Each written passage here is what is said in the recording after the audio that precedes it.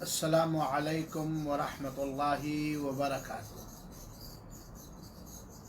نحمده ونصلی علی رسولہ الکریم، اما بعد۔ روزہ شرعی کورس میں موجود ہمارے بھائیوں، ساتھیوں، دینی ماؤں اور بہنوں اور عزیز بچوں اور بچیوں، آج کے سبق کا عنوان ہے ماہ رمضان کی ابتدا کا ثبوت، یعنی ایک آدمی کو یہ کیسے پتہ چلے کہ رمضان مبارک کے مہینے کی شروعات یا آغاز اور ابتدا ہو چکی ہے۔ میں درس شروع کرتا ہوں اس اعلان کے ساتھ کہ آج بتاریخ 29 شعبان سن 1442 ہجری بروز اتوار سعودی عرب میں چاند دیکھنے کا ثبوت فراہم نہیں ہوا ہے، اگرچہ کیلنڈر کے حساب سے آج 29 شعبان تھا، چنانچہ شعبان کی 30 تاریخ پوری کی جائے گی اور کل چاند دیکھنے کی کوشش کی جائے گی۔ کل بروز سوموار سعودی عرب کے اندر رمضان کا مہینہ شروع نہیں ہوگا۔ دیکھیے، ایک آدمی کو رمضان کے شروع ہونے کا ثبوت کیسے ملے؟ 3 طریقے ہیں۔ ان تینوں طریقوں میں سے کوئی ایک طریقہ مل جائے تو پتہ چل جائے گا کہ رمضان المبارک شروع ہو گیا ہے۔ پہلا طریقہ، رمضان مبارک کے مہینے کا چاند نظر آ جائے۔ تحقیق کے ساتھ چاند نظر آ جائے رمضان مبارک کا، تو ہم سمجھیں گے کہ رمضان مبارک کا مہینہ شروع ہو گیا ہے۔ عربی کسی بھی مہینے کے شروع ہونے کا ثبوت نمبر 1 چاند کا دیکھنا ہے، کیونکہ اللہ کے رسول اکرم صلی اللہ علیہ وآلہ وسلم نے فرمایا ہے اذا رأیتم الہلال فصوموا وَإِذَا رَأَيْتُمُوهُ فَأَفْطِرُوا۔ چاند دیکھ کر روزے رکھو اور چاند دیکھ کر روزے توڑو۔ تو اس روایت سے یا اس جیسی دوسری حدیثوں سے یہ بات معلوم ہوتی ہے کہ ماہ رمضان کے داخل ہونے کا ثبوت کے طریقوں میں سے پہلا طریقہ ہے چاند کا دیکھنا، کیونکہ اللہ کے رسول نے بھی فرمایا ہے لا تصوموا حتی تروا الہلال، جب تک چاند دیکھ نہ لو تم لوگ رمضان مبارک کے روزے شروع نہ کرو۔ تو پہلا طریقہ کیا ہے؟ چاند کا دیکھنا یقینی طور پر۔ دوسرا طریقہ ہے چاند کے نکلنے کی عادل آدمی کی طرف سے گواہی، یعنی اگر ایک عادل آدمی بھی یہ گواہی دے دے کہ میں نے چاند دیکھا ہے اور ہلال کمیٹی اس کی گواہی قبول کر لے، تب بھی رمضان کا مہینہ شروع ہو جائے گا۔ چاند نہیں دکھا گیا لیکن کوئی عادل آدمی، عادل سے مراد وہ آدمی جو فرائض اور واجبات کا پابند ہے اور وہ بڑے گناہ نہیں کرتا ہے، ساتھ ہی ساتھ وہ چھوٹے گناہ پر بھی ہمیشہ برقرار نہیں رہتا ہے۔ ایسا کوئی مومن مسلمان چاند نکلنے کی گواہی دے دے تب بھی رمضان مبارک کا مہینہ داخل ہو جائے گا، شروع ہو جائے گا۔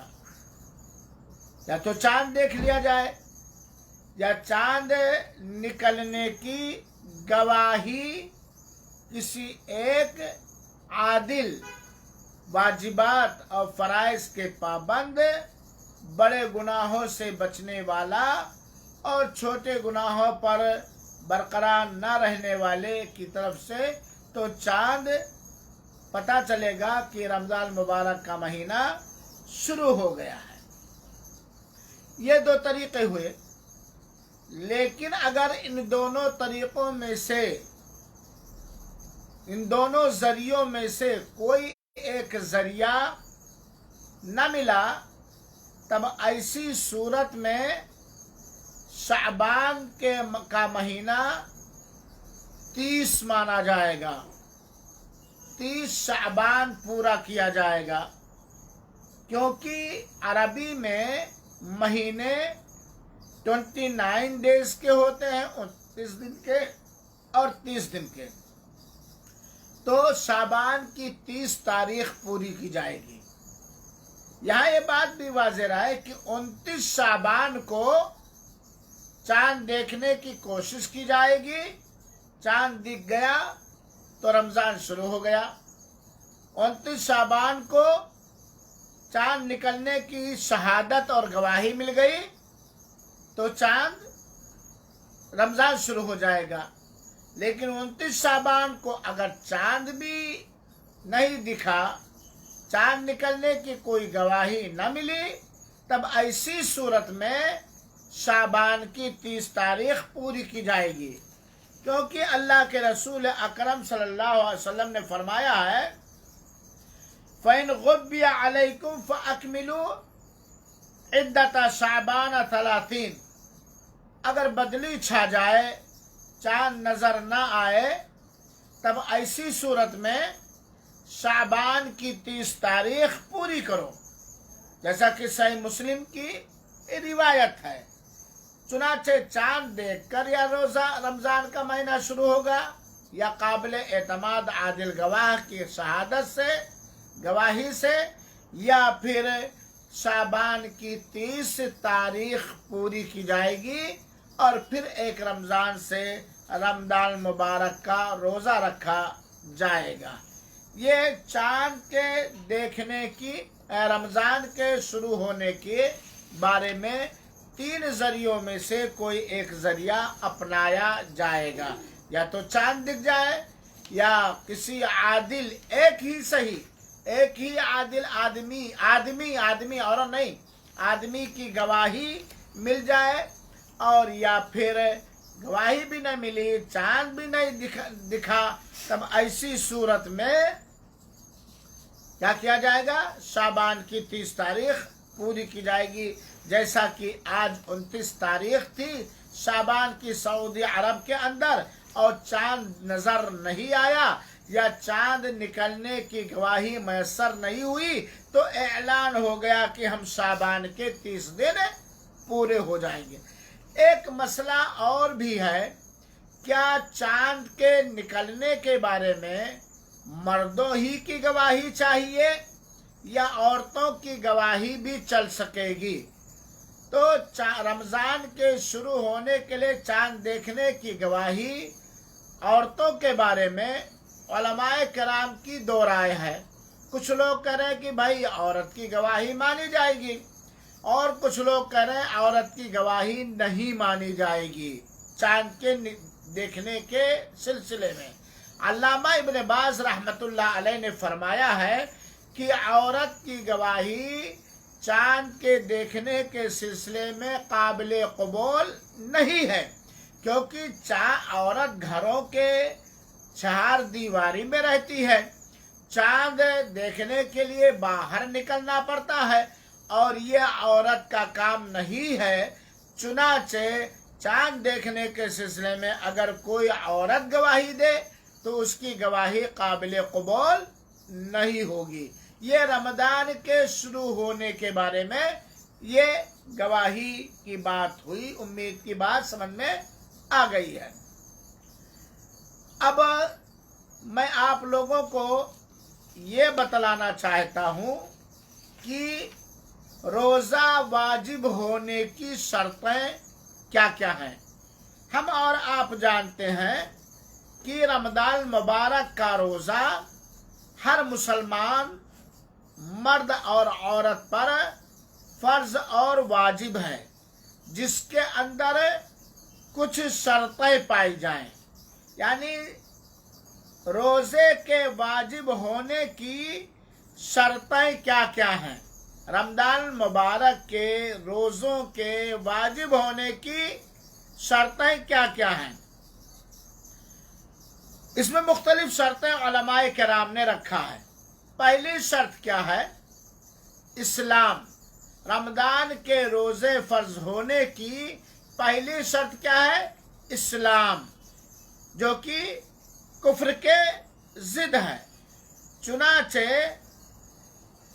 مسلمان ہونا، کافر سے اگرچہ روزہ کے رکھنے کے بارے میں سوال ہوگا، وہ مکلف ہے، روزہ رکھنے کا پابند ہے، لیکن ایک کافر اگر روزہ رکھے تو اس کا روزہ قبول نہیں ہوگا، کیونکہ اللہ تعالیٰ نے فرمایا ہے وَمَا مَنَعَهُمْ أَن تُقْبَلَ مِنْهُمْ نَفَقَاتُهُمْ إِلَّا أَنَّهُمْ كَفَرُوا بِاللَّهِ وَرَسُولِهِ۔ ان کے صدقات و خیرات قبول ہونے کی رکاوٹ کی وجہ یہ ہے کہ ان لوگوں نے اللہ اس کے رسول کا انکار کیا۔ سورہ توبہ آیت نمبر 54۔ اس آیت کریمہ سے یہ بات ثابت ہوتی ہے کہ کوئی بھی فرض عبادت کے لیے مسلمان ہونا ضروری ہے۔ کافر اگر بنا کلمہ شہادت کے یا شہادتین کے اقرار کیے ہوئے کوئی بھی عبادت کرے، اس کی عبادت قبول نہیں ہوگی۔ تو روزے کے فرض ہونے کے لیے پہلی شرط کیا ہے؟ مسلمان ہونا۔ یہاں ایک مسئلہ اور جان لیجئے کہ اگر کوئی غیر مسلم رمضان کے دن میں 12 بجے، 10 بجے، 4 بجے عصر کے وقت اسلام میں داخل ہوا تو کیا اس پر رمضان کا روزہ فرض ہو جائے گا؟ تو اس سلسلے میں اہل علم نے جواب دیا ہے کہ ہاں، اگلے دن کا روزہ اس کے اوپر فرض اور واجب ہو جائے گا، اور کچھ لوگوں نے کہا کہ اس دن کے باقی دن کو بھی وہ روز کھائے پیے نہ۔ لیکن صحیح بات یہ ہے کہ اگر رمضان کی 2 تاریخ کو مان لیا وہ 11 بجے دن میں یا 4 بجے دن میں مسلمان ہوا، تو اس دن کا باقی دن رکھنا فرض اور واجب نہیں، اگرچہ کچھ علماء کرام نے کہا ہے البتہ اگلے دن سے وہ رمضان مبارک کا روزہ رکھے گا۔ رمضان مبارک کے روزے کے فرض ہونے کی دوسری شرط یہ ہے بالغ ہونا، چاہے لڑکا ہو یا لڑکی۔ نابالغ پر رمضان مبارک کا روزہ فرض نہیں ہے، کیونکہ اللہ کے رسول اکرم صلی اللہ علیہ وسلم نے فرمایا ہے، لمبی روایت، وَعَنِ الصَّبِيِّ حَتَّى يَحْتَلِمَ، اللہ تعالیٰ نے معاف فرمایا ہے اس بچے کو یہاں تک کہ وہ بالغ ہو جائے۔ یہ ابو داود کی صحیح روایت ہے۔ گویا شریعت کی بہت ساری واجبی عبادتیں اس وقت فرض ہوتی ہیں جب وہ بالغ ہو جائے، بالغ ہونے کے بعد فرض اور واجب ہوگا۔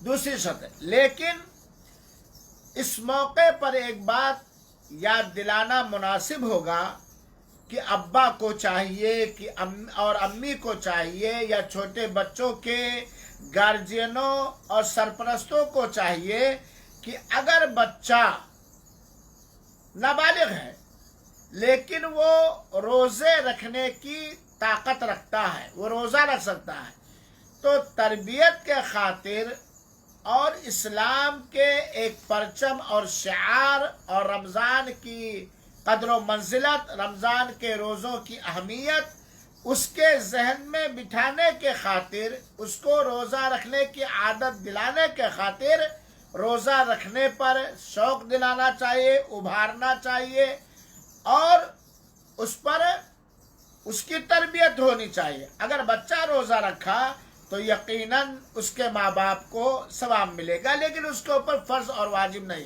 دیکھیں ماں باپ کی وہ روزہ رکھنے کی طاقت رکھتا ہے، یہاں تک کہ اگر کوئی بچہ جو نابالغ ہے، بچی نابالغ ہے اور رمضان کے روزے رکھ رہی تو اس کے ساتھ نبی بھی بتا جائے 4 بجے اکثر طور پر روزے لگ جاتے ہیں تو اس کو کچھ جائز کھیل اور کھلونے دے دیے جائیں تاکہ وہ اسی میں مست و منگن رہے اور روزہ مکمل کر لے۔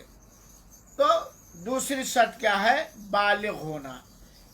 ویسے عام طور پر مسلمان مردوں اور عورتوں کو یہ بات معلوم ہونی چاہیے کہ بالغ ہونے کی نشانی کیا ہے۔ خاص طور پر ابو جان کو جاننا چاہیے، امی جان کو جاننا چاہیے، اور والدین کو چاہیے کہ وہ اپنے بچوں اور بچیوں کے بارے میں تھوڑی حکمت عملی سے نگاہ رکھیں کہ لڑکا بالغ ہو گیا کہ نہیں ہو گیا، لڑکی بالغ ہو گئی کہ نہیں ہو گئی۔ ہمارے دیہات وغیرہ میں یا بہت ساری جگہوں پر مائیں جہاں شرم کرنی چاہیے وہاں نہیں شرم کرتی ہیں، اور جہاں نہیں شرم کرنا چاہیے وہاں شرم کرتی ہیں۔ یہی باپ کا بھی ہے، باپ کی یہ ذمہ داری ہے، ماں کی یہ ذمہ داری ہے کہ کسی بھی طریقے سے پتہ لگائیں کہ ان کی بچی بالغ ہو گئی، ان کا بچہ بالغ ہو گیا کہ نہیں، کیونکہ بالغ ہونے کے بعد شریعت کے احکام اس کے اوپر واجب ہو جاتے ہیں، لاگو ہو جاتے ہیں۔ جیسے رمضان مبارک کا روزہ، تو ہم سر دست یہ بھی بتلا دینا مناسب سمجھتے ہیں کہ بچوں اور لڑکیوں کے لیے بالغ ہونے کی نشانی کیا ہے۔ 4 چیزوں میں سے کوئی ایک چیز بچے کے اندر یا بچی کے اندر پائی جائے تو سمجھ جاؤ وہ لڑکا یا لڑکی بالغ ہو گئی۔ نمبر 1، اسے نائٹ فال ہونے لگے، یعنی منی نکلنے لگے، چاہے بیداری کی حالت میں، چاہے سونے کی حالت میں، یا احتلام کے ذریعہ۔ اگر منی یعنی وہ جسم سے نکلا ہوا گاڑھا پانی مادہ جس سے بچے پیدا ہوتے ہیں، اگر منی آنے لگی لڑکے کو یا لڑکی کو، چاہے نائٹ فال کے ذریعے یا بیداری میں، تو گویا وہ لڑکا وہ لڑکی بالغ ہو گئی، کیونکہ اللہ تعالیٰ نے فرمایا ہے وَإِذَا بَلَغَ الْأَطْفَالُ مِنْكُمُ الْحِلْمَ فَلْيَسْتَأْذِنُوا كَمَا اسْتَأْذَنَ الَّذِينَ مِنْ قَبْلِهِمْ۔ جب تمہارے لڑکے بچے بلوغت کی عمر کو پہنچ جائیں تو گھروں میں داخلے کے لیے وہ اجازت طلب کریں۔ یہ سورہ نور کی آیت نمبر 59 ہے۔ اور حضرت ابو سعید خدری رضی اللہ تعالی عنہ کی روایت ہے غسل یوم الجمعۃ واجب علی کل محتلم، جمعہ کے دن کا غسل کرنا ہر بالغ پر فرض اور واجب ہے۔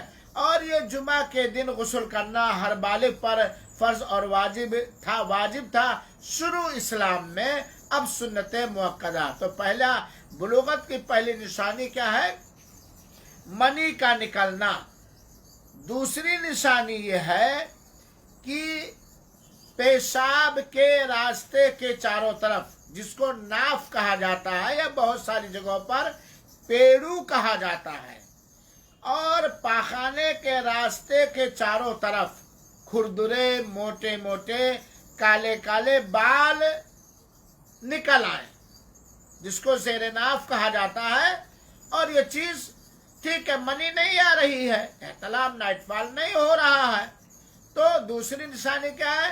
پیشاب کے چاروں طرف، پیشاب کے راستے کے چاروں طرف، جس کو پیڑو یا زیر ناف کہا جاتا ہے، اور پاخانے کے راستے کے چاروں طرف چند یا کچھ